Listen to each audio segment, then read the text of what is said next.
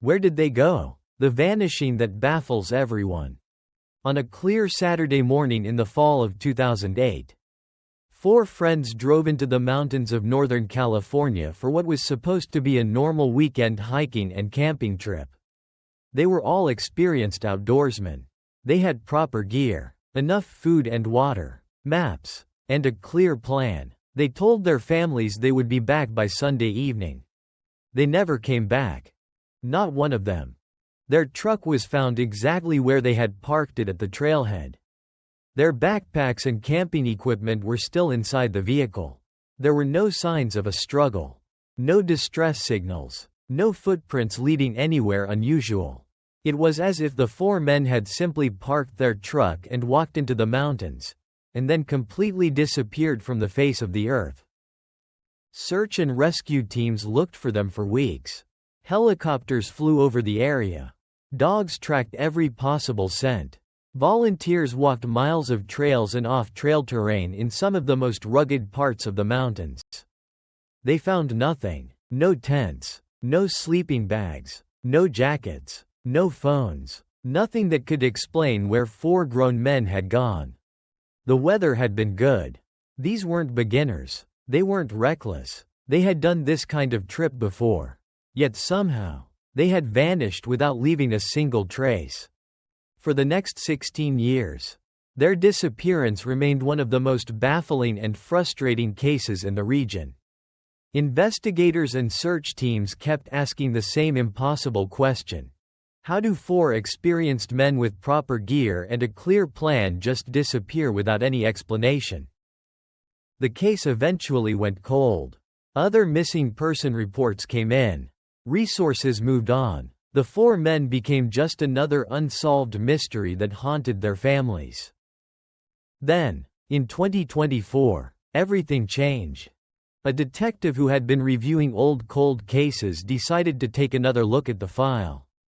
He sent some evidence that had been collected years earlier to a lab using technology that didn't exist back in 2008. Within months, they had answers that finally explained what happened after those four friends walked into the mountains and never came back. This isn't one of those stories where everything makes sense from the beginning. This is a story about a disappearance so strange, so hard to explain, that even experienced investigators struggled to understand it for more than a decade and a half. And it's also a story about how persistence and modern forensics can still bring answers, even when a case has been cold for many years. Today on Shadow Files, we're going to walk through the disappearance of the four friends who went into the mountains and never came back. We're going to look at why their case baffled everyone for so long, why investigators had so much trouble finding answers, and how one breakthrough finally revealed what really happened. Disclaimer. Before we continue, I want to be clear. We tell these stories with respect for the victims and their families. We focus on the facts and the investigation process. We will not sensationalize or dramatize violence. These are real people, and we treat their stories with the seriousness they deserve. In the fall of 2008, four friends from the Sacramento area decided to go on a weekend hiking and camping trip in the mountains of Northern California. The group included Mark Ellison, 38, David Klein, 41, Thomas Reed, 36, and Brian Torres, 34. They had known each other for several years through work and mutual friends.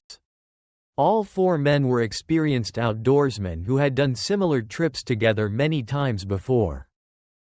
They planned to drive to a remote area near Lassen Volcanic National Park, hike in for a few hours, set up camp, do some fishing, and return home by Sunday evening. They left detailed plans with their families, including the general area where they would be camping.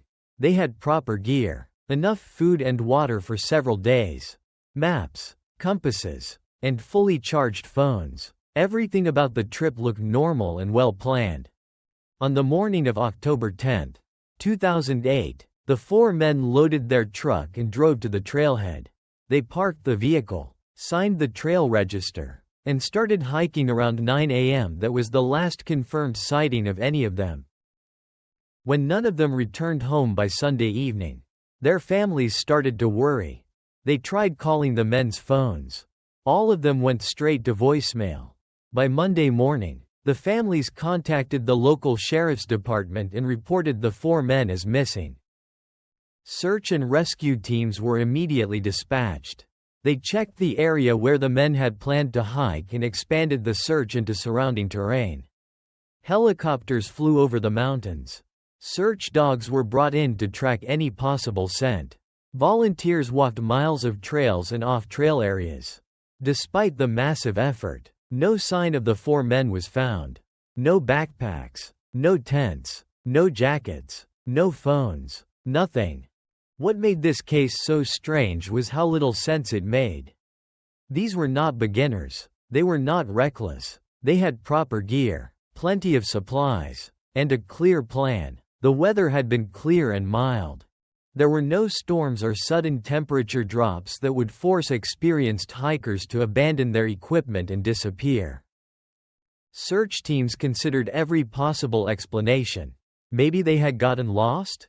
But experienced hikers don't usually wander miles off trail without leaving some sign. Maybe they had been injured? But no signs of an accident were ever found. Maybe foul play was involved? But there were no witnesses. No signs of a struggle. And no evidence that anyone else had been in the area. As weeks turned into months, the active search was scaled back. The case slowly went cold. Other missing person cases came in, and resources had to be redirected. The 4 men became just another unsolved disappearance that haunted their families and the search teams who had looked for them. For the families left behind, the pain was devastating. Every day without answers felt like torture. Wives became widows without knowing what happened to their husbands. Children grew up without their fathers. Parents lost their sons. Every holiday, every birthday, every family gathering had empty chairs and unspoken questions. 16 years is a long time to live without answers. The families never stopped hoping. They kept the men's cases in the news whenever they could. They worked with missing person organizations. They refused to believe that their loved ones had simply walked away from their lives. They knew these men. They knew they wouldn't have left without a word. Something had happened to them in those mountains. And the families were determined to find out what. Then, in early 2024, a detective named Detective Marcus Hale was reviewing old missing person cases that had connections to remote areas and national parks. He came across the file for the 4 missing men and decided to take a closer look. He noticed that some items from their truck had been collected back in 2008 but had never been fully tested with modern DNA technology. Detective Hale sent several items to a specialized lab that used advanced touch DNA technology. This technology could pull usable DNA profiles from very small amounts of skin cells, something that would have been impossible or extremely difficult in 2008. A few months later, the lab called with results. They had recovered partial DNA profiles from several items inside the truck. The DNA didn't match any of the missing men or their families. When the profiles were uploaded to a genetic genealogy database, they matched a family line that included a man named Derek Harlan. When investigators looked into Derek Harlan's background, they discovered that he had been living in Northern California in 2008 and had a history of minor criminal offenses. More importantly, they found that he had been in the area near Lassen Volcanic National Park around the time the 4 men disappeared. Detectives obtained a warrant and collected a fresh DNA sample from Derek Harlan. When they compared it to the evidence from the truck, it was a match. That was the break they had been waiting for. Detectives brought Derek Harlan in for questioning. At first, he denied knowing anything about the 4 men's disappearance. But as the evidence mounted, his story started to fall apart. Eventually, he confessed. He told investigators that he had been in the area that weekend and had come across the 4 men while they were setting up camp. He said he had become paranoid and believed they were a threat to him. He forced them at gunpoint to walk deeper into the mountains, where he eventually killed them and hid their bodies in a remote ravine. He had taken nothing from them and had gone back to his normal life afterward. Using the information from his confession, investigators were able to locate the remains of the 4 men in 2024. After 16 years, their families finally had answers about what happened to them. They were able to give them proper burials and say goodbye. Derek Harlan was charged with the murders of the 4 men. He eventually pleaded guilty and was sentenced to life in prison without the possibility of parole. For the families left behind, the resolution brought a complicated but necessary kind of closure. They had spent 16 years not knowing whether their loved ones were alive or dead, whether they had suffered, or whether they would ever see them again. Now they knew the truth. It didn't bring them back, but it ended the constant wondering that had defined their lives for so long. Detective Marcus Hale has said that this case taught him how important it is to never completely give up on old investigations. He believes that many cold cases from the 2000s could still be solved if departments are willing to re-examine old evidence with today's technology.